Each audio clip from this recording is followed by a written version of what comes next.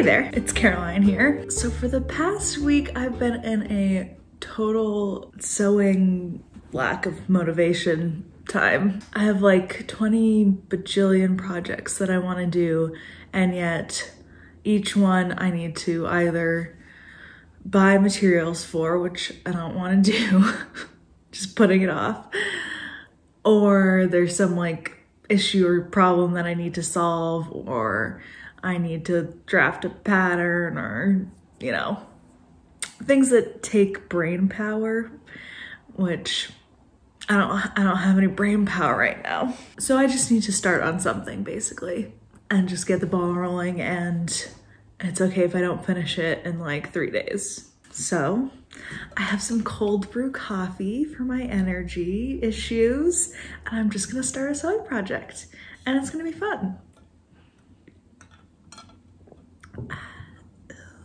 Bitter. The project that I want to start is one that takes some brain power, but that's okay. I think I'm ready. And that is a Dirndl dress. And if you don't know, a Dirndl is a German folk costume. I'm making a very not traditional Dirndl. Surprise, surprise. So I'll show you what's going on. So this is the pattern I'm using. It's a Burda style pattern, which they are a little bit notorious for making confusing patterns that have poor instructions. I mean, yeah, actually that has been my experience so far. But that's okay, because I just need the pattern pieces. I don't really need the instructions all that much. So that's what it looks like.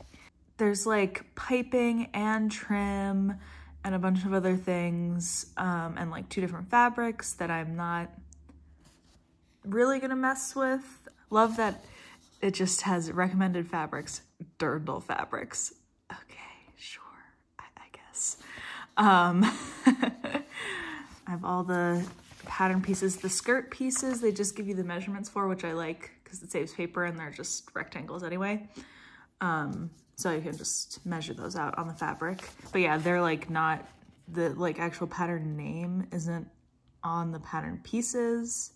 This pattern had like a random pattern piece that doesn't go with the pattern. Like it was a sleeve. This doesn't have sleeves. There were no options for sleeves. Anyway, let me show you the fabric. So this is where the conundrum starts. I have this pink corduroy that I would like to make the dirndl out of. Of course, I'm doing an all pink ensemble. Anyway, okay, and I also have this trim, which I really want to use. This I got at a like Czech Heritage Museum in Iowa, and I believe it's made in the Czech Republic. Really cool. The issue comes because I already made a blouse and an apron, okay? So you're supposed to wear a blouse under the dirndl, and then you have an apron. But I made them out of this fabric.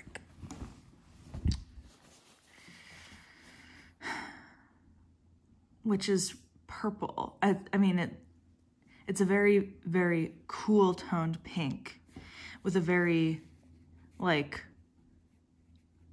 almost purple white gingham. And it just doesn't go. Like, that doesn't look good. But I have this shirt that goes perfectly. It's like the perfect, it's more of a warm pink situation. And the checks are more of a bright white, which goes better with the bright white of the trim. It's not a blouse you'd normally wear under a dirndl, but I desperately want to make a dirndl out of this pink corduroy, the trim, and it goes so perfectly. And it's already not a traditional dirndl fabric choice, color choice, the trim isn't particularly right, I'm gonna do that. So I think what I'm going to do first is, I don't have any fabric to make a muslin of the bodice, and it's like princess seams and fitted. So I think what I'm going to do is cut out the bodice lining with some big seam allowances and fit that. And then I can make any adjustments I need to make and cut out my main fabric based on those adjustments. And if there's anything horribly wrong, I do have enough lining fabric to cut another bodice, probably like 3 other bodices. So I think that's what I'm gonna do first.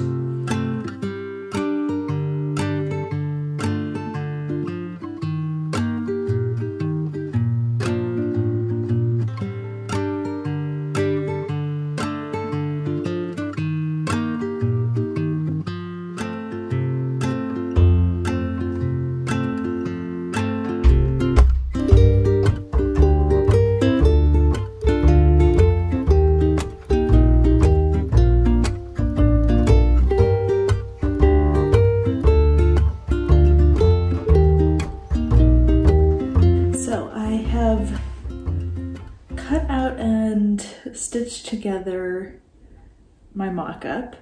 I decided that I'm just gonna recut the lining because I wanted to see where the neckline would lay, which means cutting off the seam allowance. So I'm gonna try it on over the shirt I'm planning on wearing with the dirndl because I wanna see what it'll look like. Yeah, and I think I'm gonna try it on inside out because all these seam allowances are can sort of pinch and pin. Okay, I've got it pinned.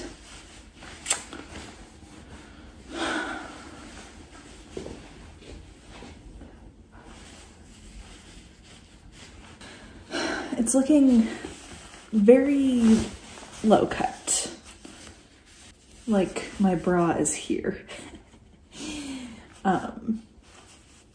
So maybe I'll add a little bit there. The waist actually looks like, usually I have to add to the bottom, but that's looking okay.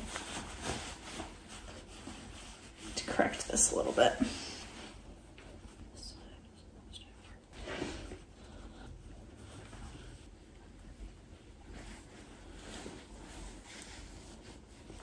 I mean, it's kind of hard to see because of the seam allowances, but I think that looks better.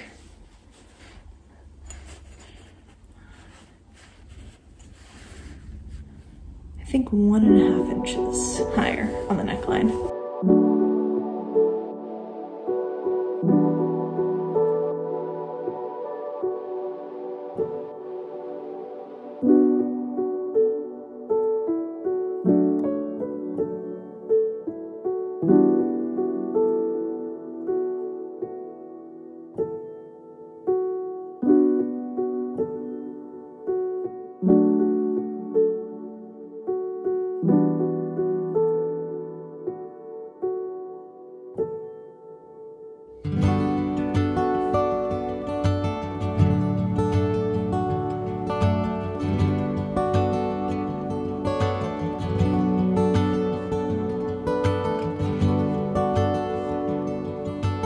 So I have all my pieces cut out now, and I decided that I'm going to thread trace because my pattern has no seam allowance. I was able to actually trace the stitching lines onto the fabric, and then I cut them out, not worrying too much about perfectly even seam allowances. I just eyeballed it. And I'm actually gonna stitch by hand along all of the stitch lines so that I can see them from the back as well. And then when I pin everything together and actually sew it, I can just follow that stitch line, and it turns out more accurate than just using the edge of the fabric.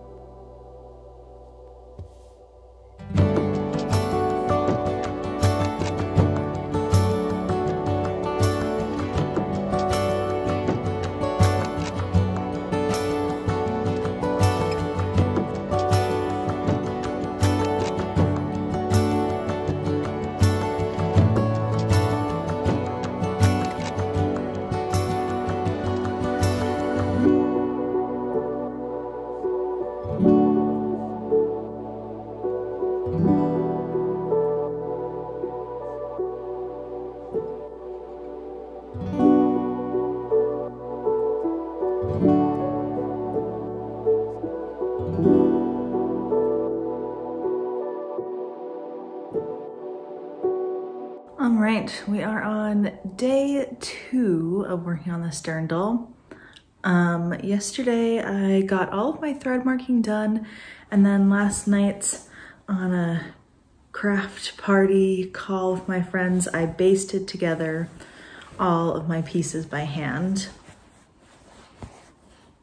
so that I could get some precise seams. So now I'm going to sew all those seams on the machine and then put the lining and the main bodice together. Maybe I need more caffeine first though. I actually really enjoyed all the hand sewing. Usually I'm in a rush for no reason and I'm just like, oh, it'll take too long, I'm not gonna hand sew anything. But I really enjoyed it, and it just looks the thread marking especially just looks very satisfying.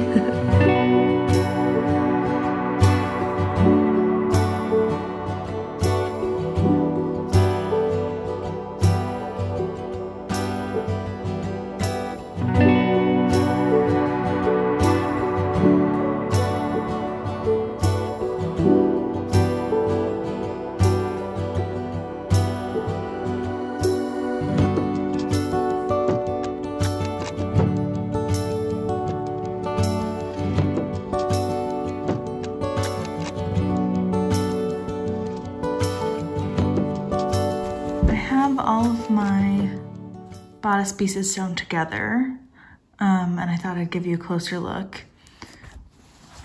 The pattern wanted me to interface the lining, but I interfaced the outer fabric because don't you want the outer fabric to be stiffened so there's no like wrinkles on the outside?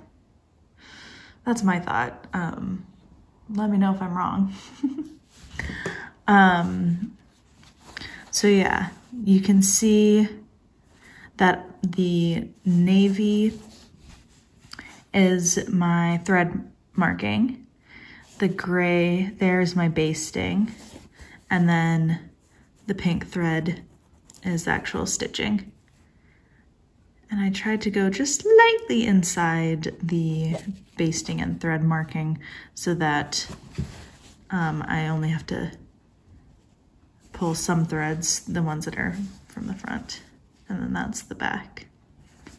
So yeah, not all of them are perfectly lined up, but I don't care. So now I'm going to pull out any thread marking that I can see from the front and trim seam allowances and iron everything, because princess seams need to be ironed very well to look good.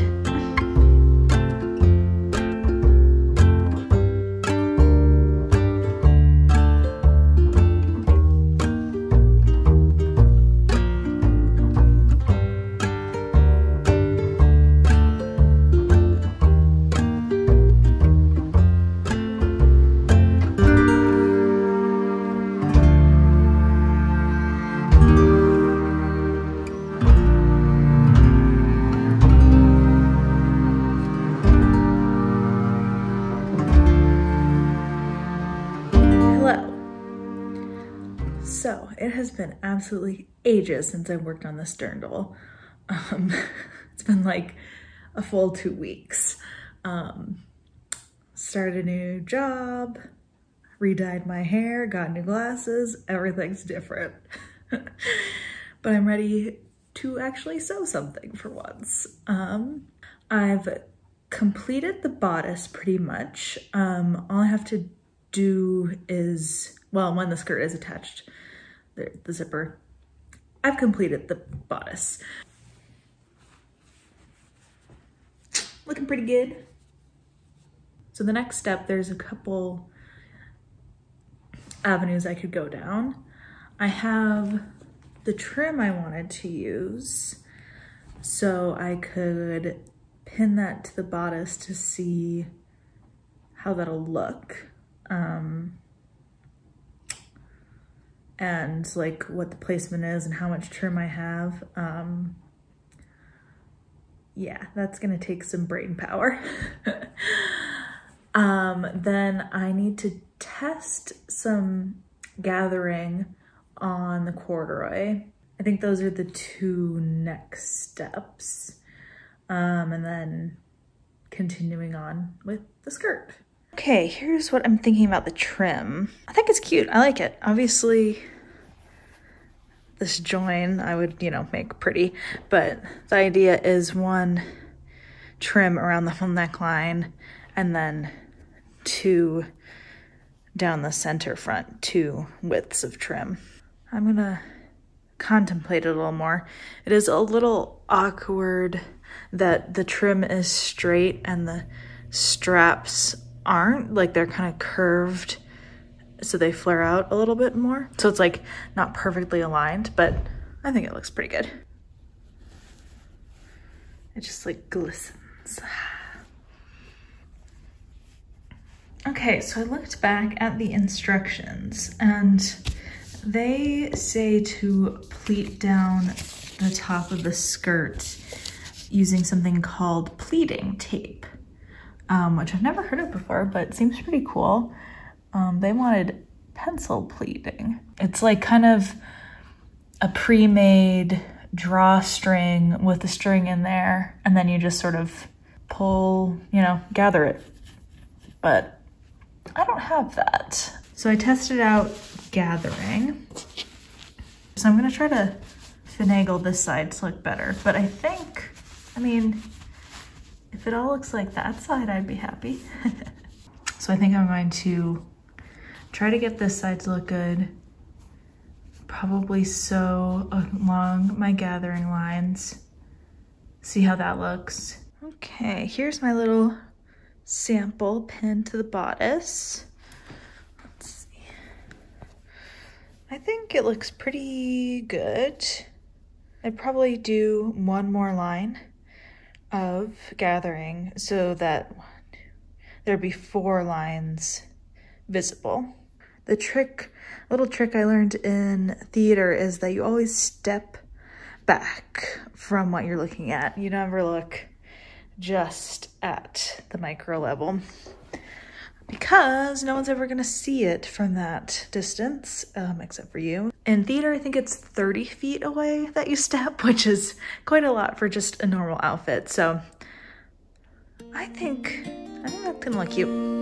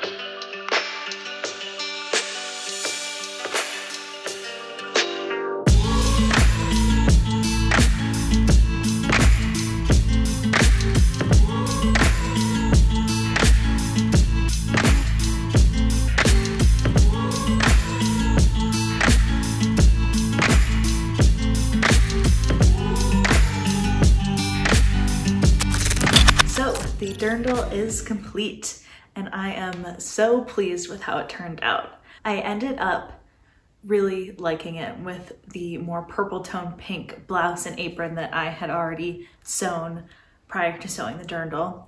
I think that the tones work well together actually, and the different temperatures of the pink don't bother me so much when it's actually all together and completed, but I think it could still look really cute with some different blouses underneath.